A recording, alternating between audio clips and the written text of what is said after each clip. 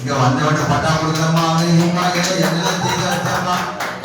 முடியாது. அவன் எவன் டென்ஷன் ஆகுது. அப்பா நீங்க அந்த சமயத்துல வந்து நின்று நீ வரும்போது பர்ஃபெக்ட் தெரியல நான் அங்க சொல்லிவிட்டாரு பணம் சரி என்ன செய்யணும் நான் வச்சேன் அப்படியே நீங்க போய் சாப்பிடுங்க.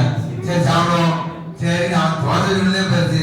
சரி கூட 2 தோசை தின்னுங்க சொல்லுங்க நானும் சாப்பிடலாம் இருக்கணும். இங்க சாப்பிட போற ஒண்ணுக்கு ஏன் இப்படி யதார்த்தமா அதாவது நீங்க மட்டுமே கஷ்டப்படுறீங்க. இதே மாதிரி ஆண்களும் அவங்களுக்கு சக உழைப்பு கொடுக்கணும்.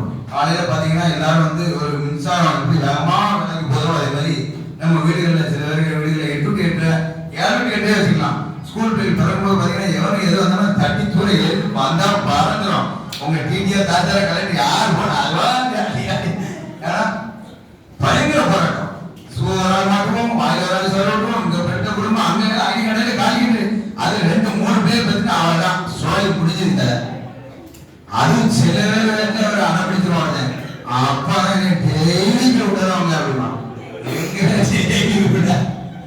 நானே வழி அது அவருக்கான வருத்தம் தான்.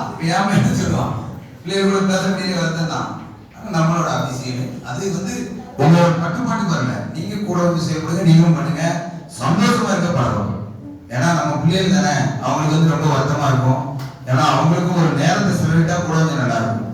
ஏன்னா எந்த ஒரு இடத்துலயுமே ஏன்னா நீங்க ரொம்ப இடத்துல பாருங்க அது மாதிரி அவ்வளவு சொன்னாங்களா அந்த பிரத்துக்கு மட்டும் கடைசி உடனே முடிச்சிருந்தேன். பிரத்துல சார் சொன்னாங்களா இப்போ இது நம்ம நான் ஆர்டிஓமா இருக்கும்போது நான் வந்திருந்தேன் நான் சொல்ல நினைக்க மறந்துருச்சு. அதாவது நீங்க வந்து என்ன செய்யணும் இது இந்த ட்ரெஸ்ஸிங் மாதிரி உங்களுக்கு ட்ரெஸ்ஸிங்ல ஒரு கதை உண்டு. அதாவது என்னன்னா நீங்க என்ன சொல்றாங்கன்னா